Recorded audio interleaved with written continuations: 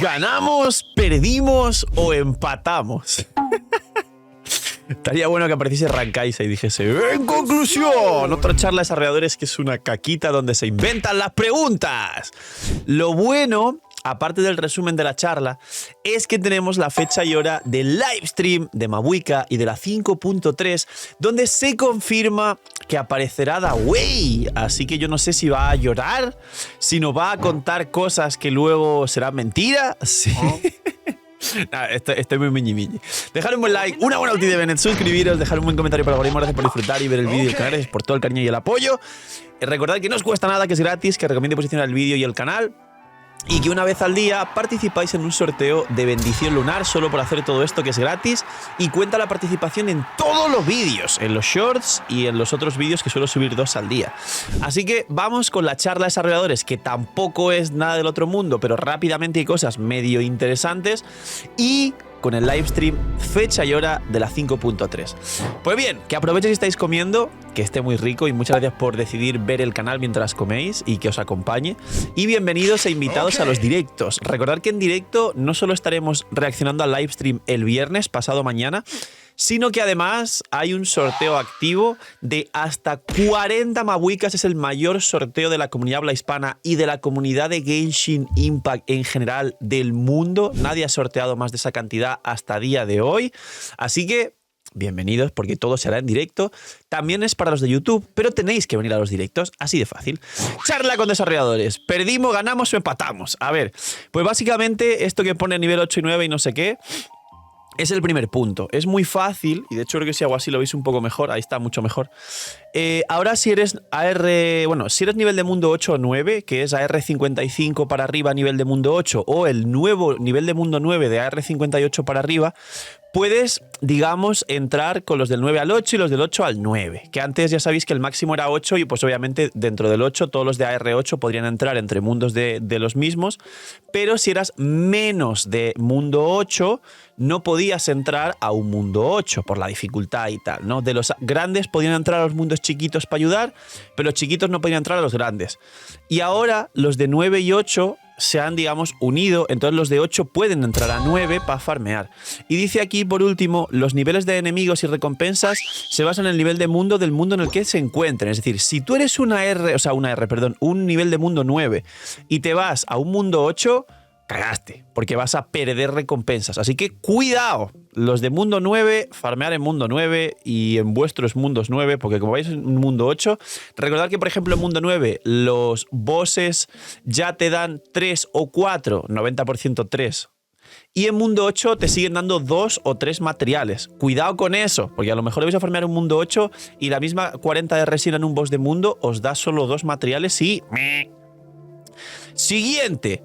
Los bosses ya respawnean. Tú pillas la recompensa y ¡ticling! Sale el boss. Spawnea, le das a un botón y tal, reaparece. Esto es muy bueno. Yo creo que todos y todas esto lo estamos esperando hace tiempo, sobre todo para el farmeo de Citlali.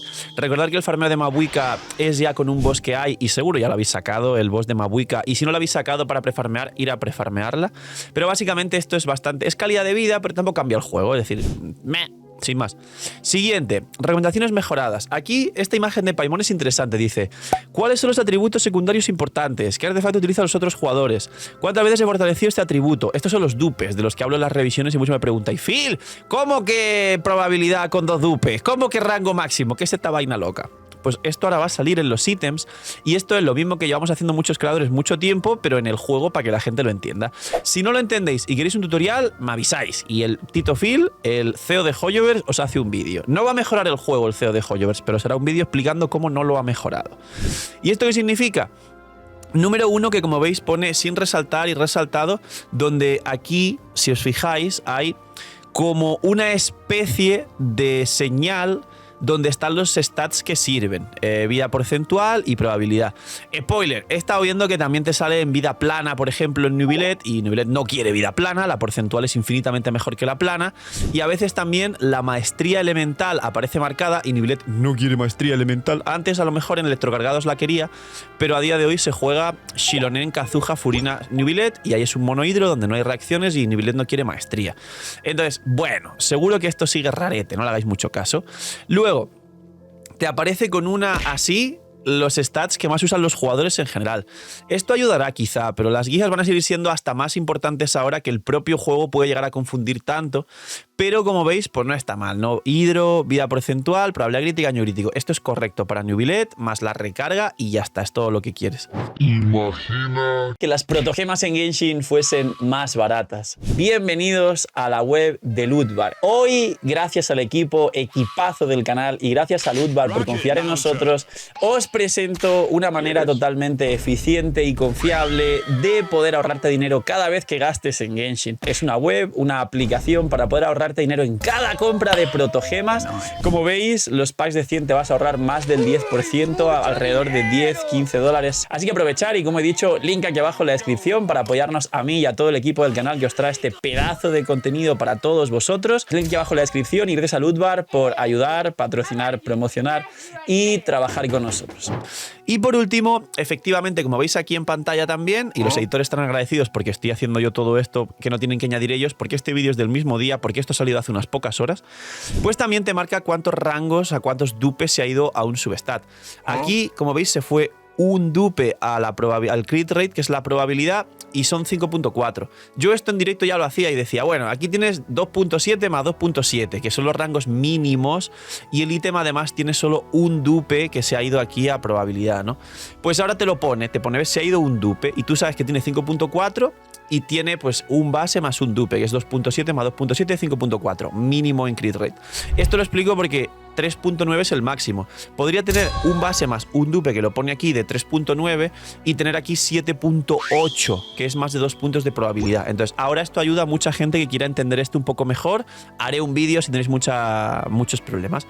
Y aquí ataque igual, 16 con 2 dupes. Pues básicamente es algo así como 16 entre 3, que básicamente subió como 5.5% 3 veces, para que me entendáis, 5.3 o 5.4, perdón, 2 veces. El base más una subida 10, o sea, un base de 5 más una subida 10, más una subida 16, porque sabéis que el ataque igual oscila entre 5 punto algo y 6 punto algo.